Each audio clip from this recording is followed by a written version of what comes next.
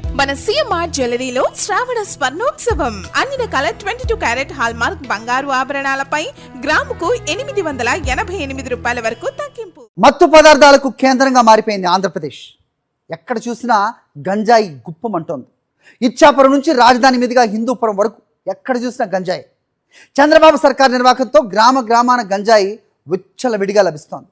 దీంతో రాష్ట్రం అక్రమ రవాణాకు గేట్వేగా మారిపోయింది. దీనికి తోడు ప్రభుత్వంలో కీలకంగా ఉన్న ప్రజాప్రతినిధులు వారి కుమారులు డ్రగ్స్ కేసులో పట్టుబట్టడం సంచలనంగా మారుతోంది. గంజాయి అక్రమ రవాణాకు కేరఫ్గా మారిపోయింది ఆంధ్రప్రదేశ్.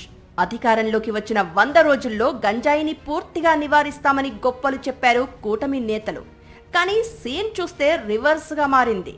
ఇప్పుడు రాష్ట్రంలో ఎక్కడ చూసినా గంజాయి విచ్చలవిడిగా లభిస్తోంది. చివరకు ముఖ్యమంత్రి చంద్రబాబు ప్రాతినిధ్యం వహిస్తున్న కుప్పంలోనూ గంజాయి గుప్పుమంటోంది. కుప్పంలో విచ్చలవిడిగా సాగుతున్న మత్తు మందుల విక్రయాలపై స్వయంగా టీడీపీ నేతలే పీజీఆర్ఎస్ లో కలెక్టర్కు ఫిర్యాదు చేశారు అంటే పరిస్థితి ఎలా ఉందో అర్థం చేసుకోవచ్చు. రాష్ట్రంలోని కొందరు టీడీపీ నేతలు యువతను గంజాయి మత్తులో ముంచి సొమ్ము చేసుకుంటున్నారు.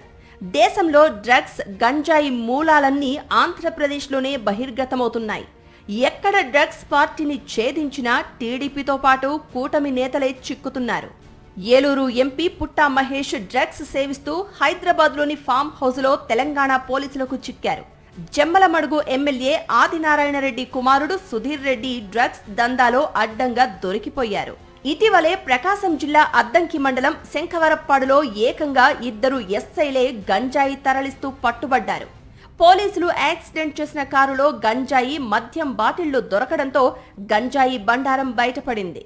గంజాయి సాగు రవాణాను అరికట్టాల్సిన ప్రభుత్వం చేతులెత్తేసిందన్న విమర్శలు ఉన్నాయి. దీంతో కూటమి నేతల కనుసన్నల్లోనే యథేచ్ఛగా మత్తుదందా సాగుతోందనే ఆరోపణలు ఉన్నాయి. చంద్రబాబు ప్రభుత్వం అధికారంలోకి రాగానే అల్లూరి సీతారామరాజు జిల్లా కేంద్రంగా గంజాయి మాఫియాకు ఊపిరిపోసింది.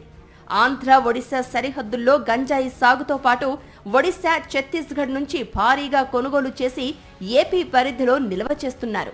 అల్లూరి జిల్లాలో కుటీర పరిశ్రమ తరహాలో లిక్విడ్ గంజాయి యూనిట్లను నెలకొల్పారు. తాజాగా అల్లూరి జిల్లా అరకు నుంచి తిరుపతికి చేరుకున్న కిలోల కొద్దీ గంజాయిని పట్టుకున్నారు పోలీసులు. ఈ గంజాయిని తిరుపతిలో చిన్న ప్యాకెట్లుగా మార్చి చిల్లర దందాగా సాగిస్తున్నారు. విక్రయాలకు పాల్పడుతున్న 2 అరెస్ట్ చేసి 6 కిలోలకు పైగా గంజాయిని స్వాధీనం చేసుకున్నారు. రాష్ట్రంలో ఏజెంట్ వ్యవస్థను ఏర్పాటు చేసుకుని సిండికేట్ భారీ స్థాయిలో గంజాయి స్మగ్లింగ్ సాగిస్తోంది.